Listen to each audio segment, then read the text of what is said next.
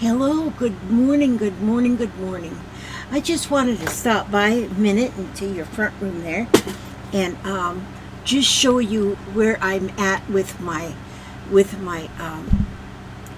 miniature art. This one's not too miniature, this one that I put on the front. It's a little bit bigger than miniature, but I like it very well. I started making, this was just an outcut when I made some, I die cut some hearts. Well, this was the what do you call that? The negative part. And so and it was cut like this. So I just left it up like this and I just started stitching and I layered behind it. I got 1, 2, 3, 4 layers on this and just stitched it on. Then on the front, I put the word hope. And the letters were easy to cut out because what I did was I just cut out 4 rectangles of this wool fabric and I cut them out to where they were the same size. And so then when I cut out the letters, then the letters turned out to be pretty much the same size too. And then inside here, this here, I don't think I'm finished with this. I think I want to put a button in the center of each of these. Now this here idea comes from Jerry Bellini. She takes 2-inch squares and then she doctors them up with, all I put on these here is either a circle or a 1-inch, it's a 2-inch square and then a 1-inch square, sort of ish. I didn't really measure, I just eyeballed. And then so every other one has a circle and every other one has a square. And then I just stitched them onto the a piece of black felt, and then I stitched it on 3 sides to the inside of the cover. And I was thinking about putting buttons. I don't know. I mean, it'd be kind of hard to put them on now because I want to kind of leave that pocket there. I'm not sure why. And then a lot of you have already seen a lot of these things that's already in these, but I'm loving how this book has turned out. I still have some blank spaces that I can add things to, which I have this bag full of little pom-pom trims, and I'm thinking about stitching those in some of these places, different colors of the pom-pom trims. I think that would be real cute. And we look for cute. And although when I first started this, I really liked all the primitive colors, but then I put them on these bright pages, and so that took the primitive away a little bit.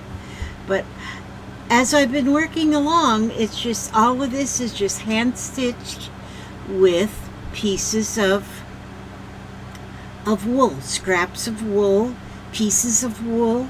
It's just this one I got a little trim on this page, and if you've been watching my last few videos, you've seen these already, but a lot of scraps. I mean, like here, these are scraps, and I just made bundles out of these scraps.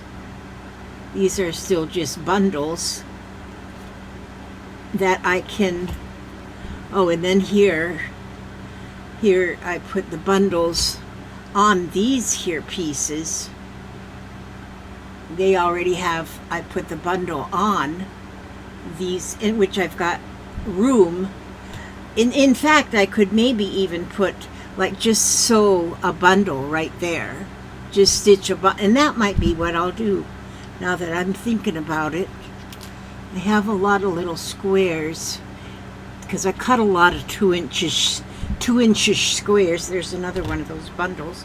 But that might be what I'll do, is I might put like little bundles. But I've been finding in my little spots, like here was an empty spot right there, so I put that little penny rug in there. And And I'm just loving all of these. Like this one here, I could put a bundle right there. Just a bundle of scraps. So, and I cut off a lot of little tiny pieces.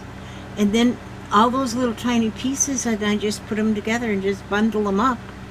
And it makes a real pretty embellishment to go on my page, which that is what I think I'm going to do. Is I'm going to use a lot of these bundles in different places on these pages. That's what I'm going to do. Now here I have a whole page still that's needing to be dressed up, and so, and I have a few things that's already made that I can put on this page.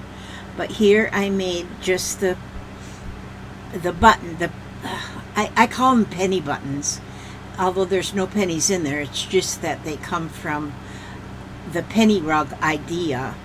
But so I had put this long strip here, then I put these pennies there, and then here that piece was just yellow. So then I thought, well, maybe I'll just cut a piece, and I cut this here piece, and I think I first cut just the pale piece, and then I cut a piece to go on top, and then I cut a piece to go underneath, and so it's got 1, 2, 3, 4, 5 layers of wool on this one.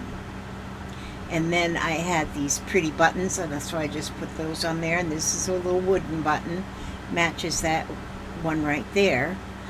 And so yes, I think, and so then I still have some space here, and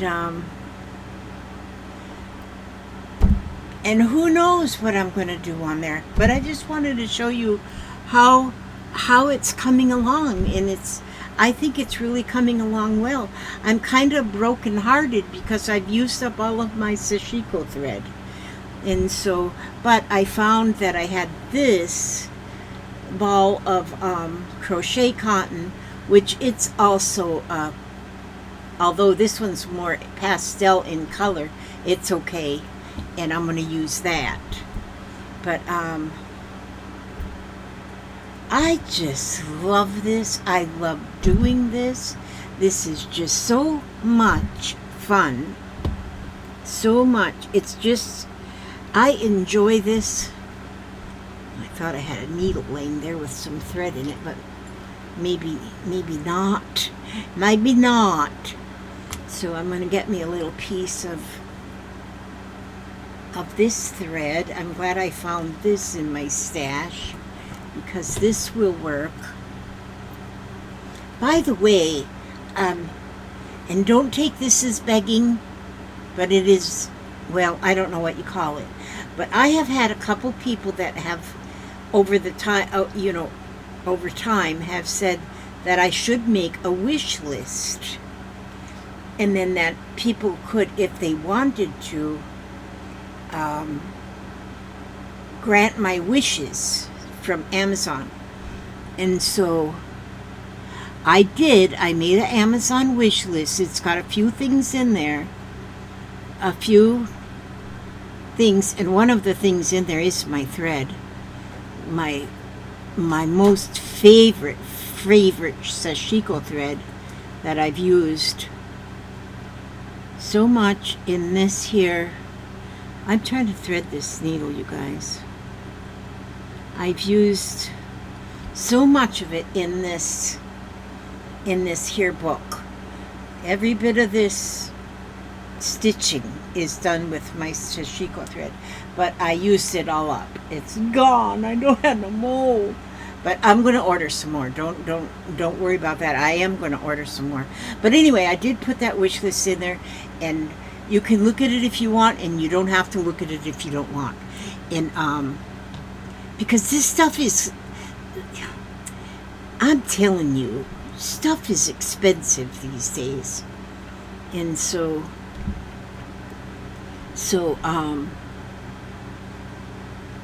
yeah, I am going to order myself some more. I've got money enough to.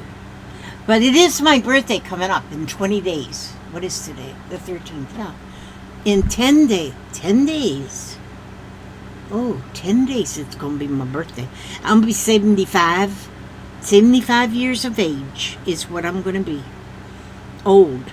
75 years that I have been walking the face of this earth. Back when I was only like 16, 17, I really didn't cross my mind that one day I would be 75 years old. I'm telling you, that's as old as the dirt. But anyway, yes, I'm going to be 75 on the 23rd. And so anyhow, don't think of me as begging, because I'm not begging, but I did put my wish list in there. I'm hoping my children look at it. Think my children will look at it? I don't know. But stuff is like, one of the things I put in there was this wool, a collection of wool, which I think would be so awesome. But yeah, it's too expensive. I really shouldn't put it in there at all. I shouldn't. Ow, dog. Pluto, you know I love you, right? But I don't like their toenails. Okay. Ow, ow. Darn it, now I scratched my leg. I gotta just, my legs is so tender. I'm just so tender-legged. See, that looks okay right there. And then if I put one right here, look at this. You don't even have to be particular about how you do it. Just stick it in there. Just stick it right on in there. Just sew it on like you're sewing on a button. And oh, I was just watching a lady make buttons. She just took a button and covered it with fabric. And sort of like a yo-yo, just made like a yo-yo. And with a button inside. And then just using that fabric covered button. And I want to do that too, because I got some big buttons that are not really probably usable. Well, of course they're usable, but they're just big.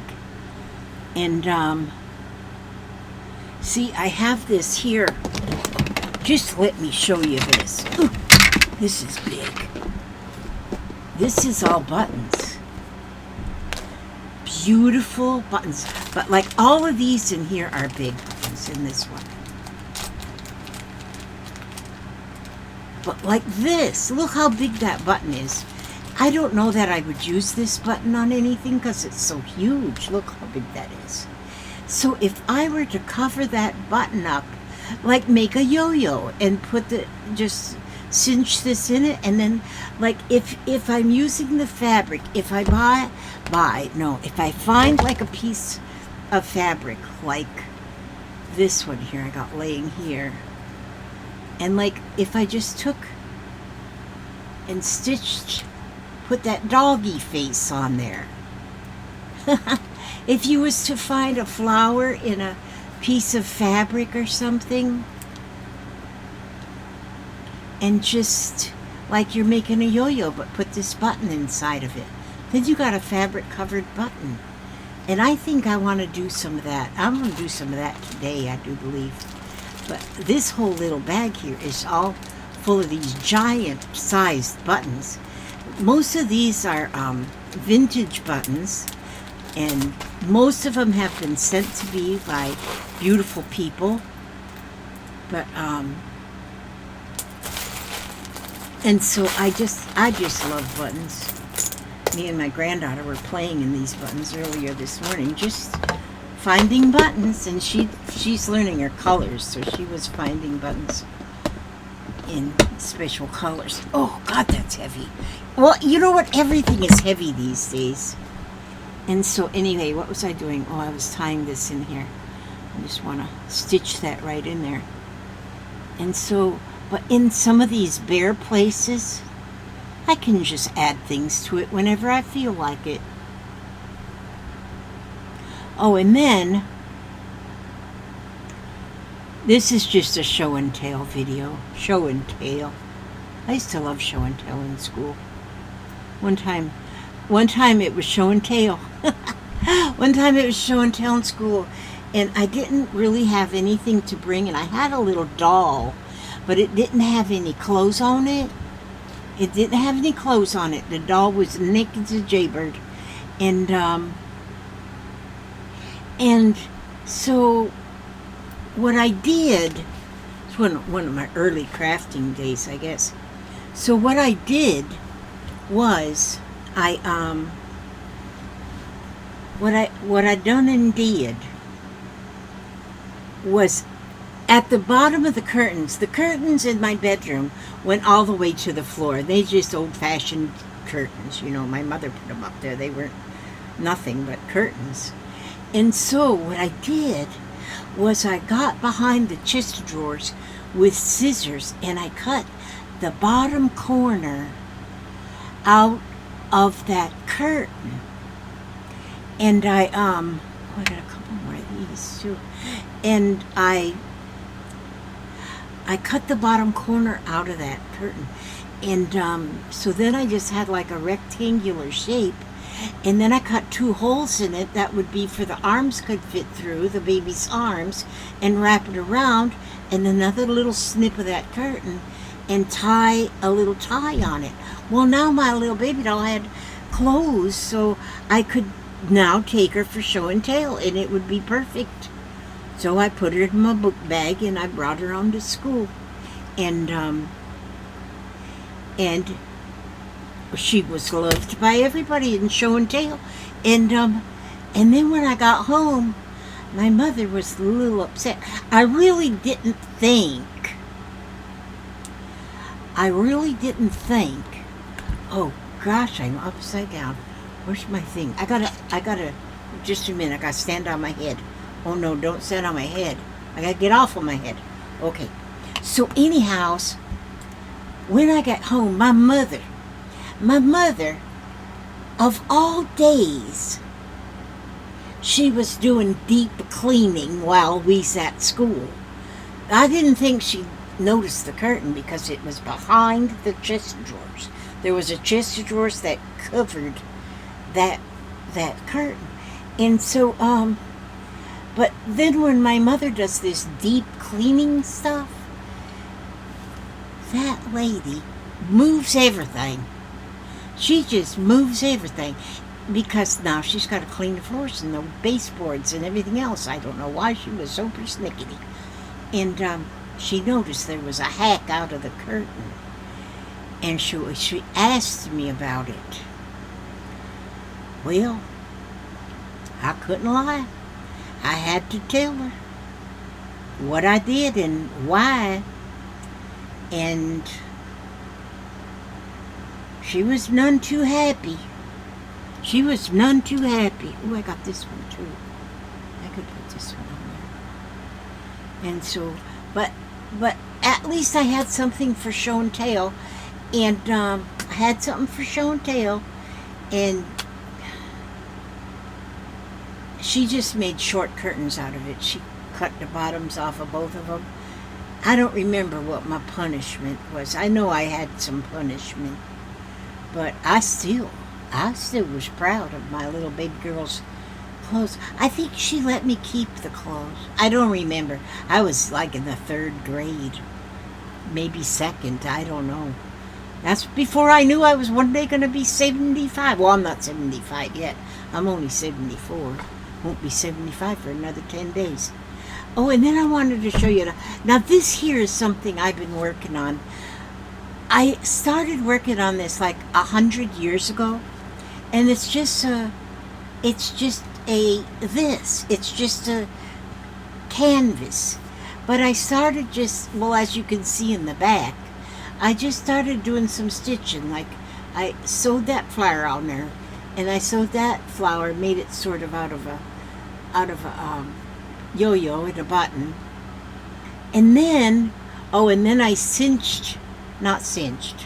couched on the stems there. And then I want to fill the whole thing up with everything that's still showing here. I want to fill up with French knots, is that what you call them things? And so I just want to fill that up right there. And so I brought that out of my hiding place, storage, whatever. And I'm going to work on this some. I want to work on that some. And see what I come up with. But I think it's pretty. And then, but the only thing is, it's kind of hard. I got some of this over. This is another one I was working on. And I spilled coffee on right there.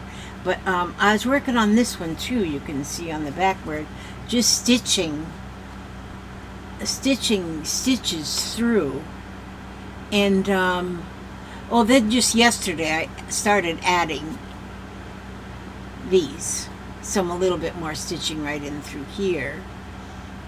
And so I'm trying to figure out what I can do, because this much of it is wood, although I was able to stick my needle underneath in here, get my needle in there to get the stitches, this one close to the edge. I don't know, I could maybe paint the edges or something, but what I think I want to do with this one is I think I want to take some yarn, and I think I want to just stitch around and around and around, so the stitches will cover this whole frame. Like just wrap, you know what I'm saying? Put the needle through the canvas and go around. Put it around and around and around and go all the way around. That's all I can think of right at this moment to do with that. Or maybe I could just even hot glue flowers or something all the way around the edge. Not sure what I'm going to do. And since it's already been hanging around for a couple years, yeah, it doesn't matter what I do with that. Just I'll do whatever comes to mind. But for now, I'm just going to sew some more on my book here. And I've got a few little pieces here I can just add on to this page. I probably got enough stuff here to fill up this whole page. I don't know. But if I cover some of them buttons like I just said, then some of these blank areas could have a covered button. That would be a good idea too. That would be a grandiose idea. But like these, all I did was I had these little, took a 2-inch square, and then put that spot on there and just sewed them in there. Just sewed them on there together. You can just flat do whatever you want. Doesn't have to be fancy. And Jerry Bellini is where I learned this from. No, not this. This is what she was doing. She did a whole page on just these, like this. Well, I think she had a 1-inch square. I think she put a button in the middle. I can't remember. My memory is so horrifying. And so that's it on my show and tell. I don't think I have anything to show and anything to tell. And so I'm looking around to see if anything catches my eye. And nothing's catching my eye. So this is what I'm going to do today. I'm just going to be stitching on this book, maybe stitch on this one. I think I want to just sit around and do some French knots of all different colors with embroidery floss, and just fill in all of that. I might do that. My book is so thick right here, and if I actually do put something inside here and something on this side, this book is thick. But yeah, this is how I think I'm going to just put these. Well, I'm going to put buttons on these ones here before I stitch them down. But once they're stitched down, yeah, it's going to be beautiful. That's all. Everything is beautiful. Everything is beautiful in its own way. Okay, and that's about, I heard somebody singing in the background. Oh, that was Papa. Papa, Papa, Papa. That's me. What you doing? All of my radio glory. All of your radiant glory? Yeah, I come back here to give you a little smooch. You came back here to give me a little... Because to tell you I was going to walk to the road and back. You're going to walk to the road and back? Well, that's a switch. Just in case I got run over out there. Don't you be getting run over. I need you. I need you to be, around. I need you to be around. That's what I am, around. You are around, yeah. All right. Well, I think I gotta find something to read here. Okay. Have a nice walk, my love. I will. A nice walk, my I'll love. let you know when I get back. Okay, you let me know when you get back. Okay. Now, as you all know, I like to read these here cards from Spirit because Spirit is what keeps us, our ancestors. I'm reading this book right now. My son sent me a link to this book online. I don't remember the name of it. Oh, The Lost something. But it's all about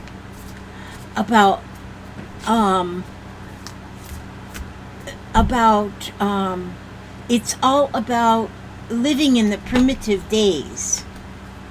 And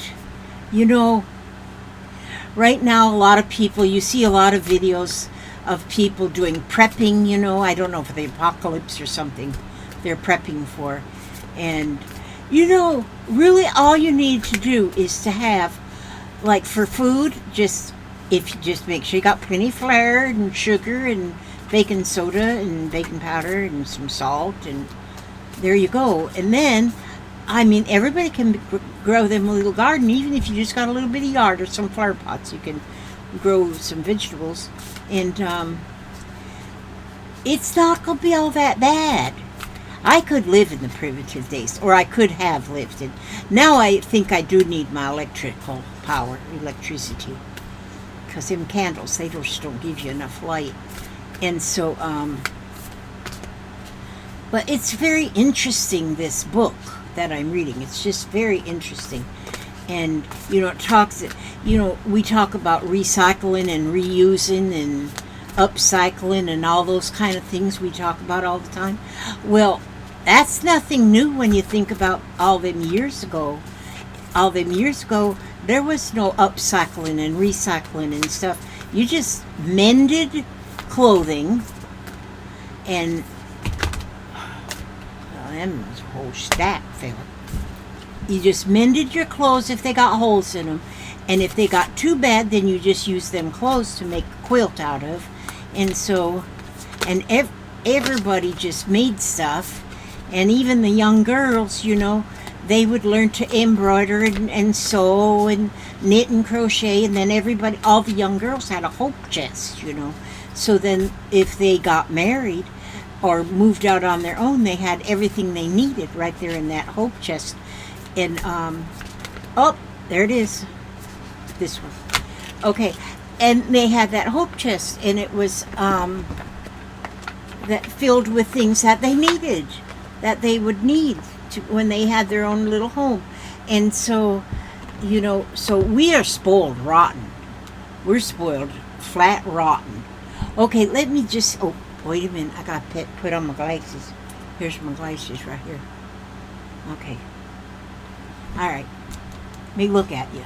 Let me look at you, see how you look. You're looking good. You're looking really good. Mm-hmm. Okay, dearest you, isn't it amazing how things seem to come around again, full circle, in ways you could not possibly have planned? What did I just say? Full circle. Here we go. And we might go back to the primitive days.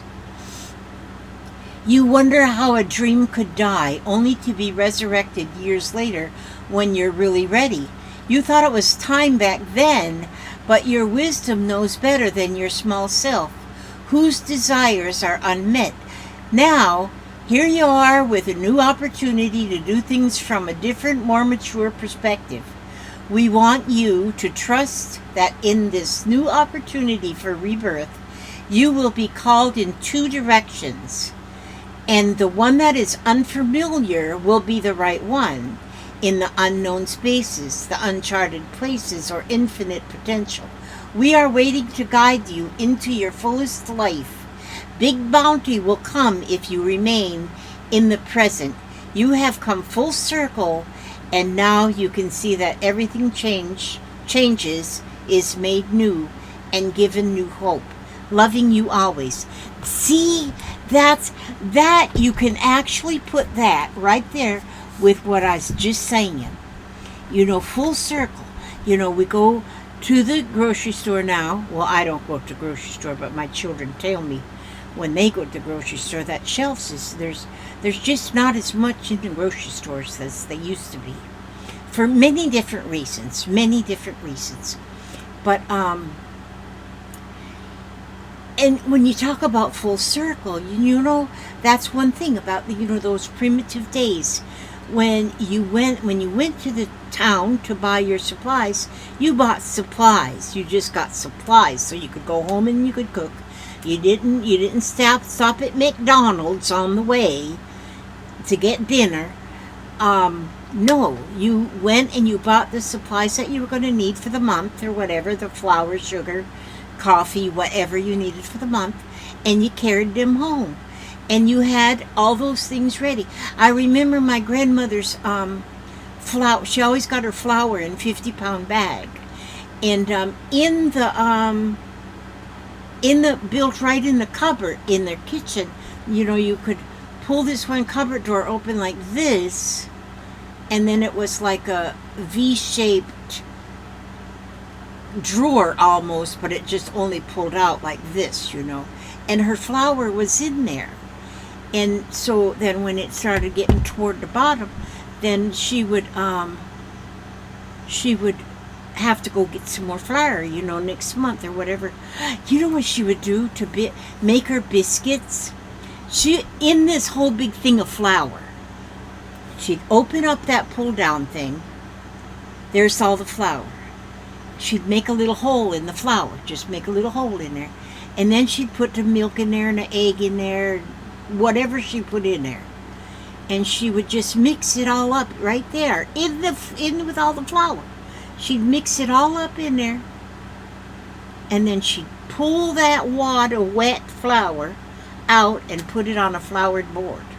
There was nothing left in that flour bin but flour. And then she would knead it and roll it and whatever she did to make her biscuits or whatever. She'd make cinnamon rolls. Make your tongue slap the roof of your mouth right out. They were so good.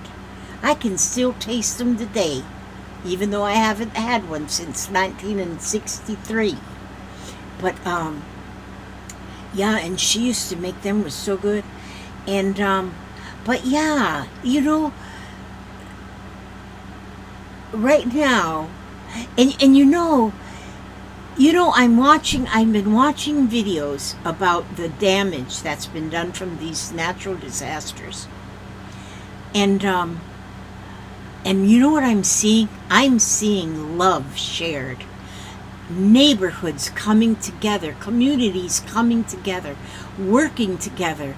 And, and back in the day, that's how people worked. They worked together, they bartered, they helped each other. You see that a lot now in the Amish communities.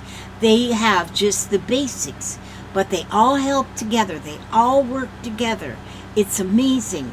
And I don't think they go to McDonald's for dinner. They cook the dinner. They cook it on the stove. And see, if we had to go back to that,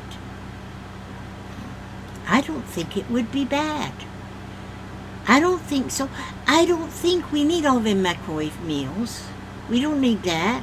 I don't know if a microwave's even all that safe for us to be eating that stuff that microwaves put. Well, anyway. We won't get into that right there. Okay, this was supposed to be a real short video.